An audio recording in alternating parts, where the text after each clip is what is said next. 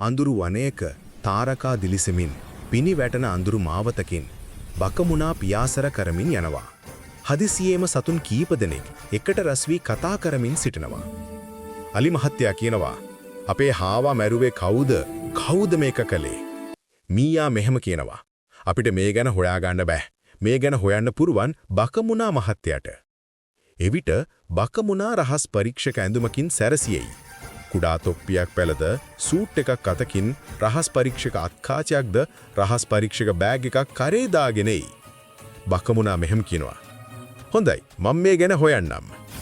බකමුණා හාවා මැරුණු තැන බලලා මෙහෙම කියනවා, පිටේ නම් උකුස්සුගේ අත්සලකුණක් නැහැ. නමුත් කුඩා අත් ලකුණු වෙත. ඔහු අත්කාචේ නේ බලයි. බකමුණා ඊට පස්සේ සතුන් දිහා බලා මෙහෙම අහනවා, මේ ලකුණු කාගේද බලන්න. මේ වෙලාවේ වටුකුරුල්ලා පිටපස්සේ බය වී සිටයි. හැමෝම වටුකුරුල්ලා දෙස බලයි. වටුකුරුල්ලා බයෙන් මෙහෙම කියනවා, මම කිසි දෙයක් කළේ නැත්. මම තරහ වෙලා හිටියා. ඊට පස්සේ බකමුණා මෙහෙම අහනවා, අවසාන වරට හාවාව දැක්කේ කවුද?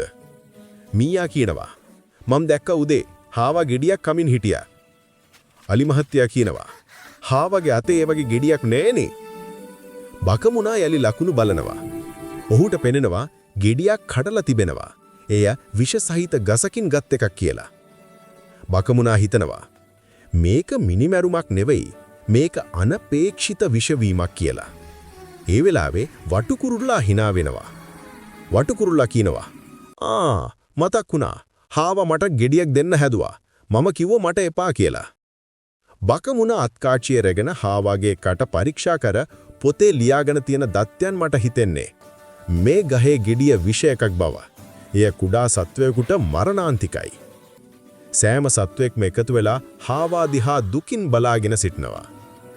බකමුණා මෙහෙම කිව්වා, වටුකුරුල්ලා මිනිමරුමක් කළේ නැහැ. මේක අනපේක්ෂිත තත්වයක්. නමුත් අපි හැමෝම පාඩමක් ඉගෙන ගන්න ඕනේ. නොදැනුමත් විනාශයට හේතු වෙයි.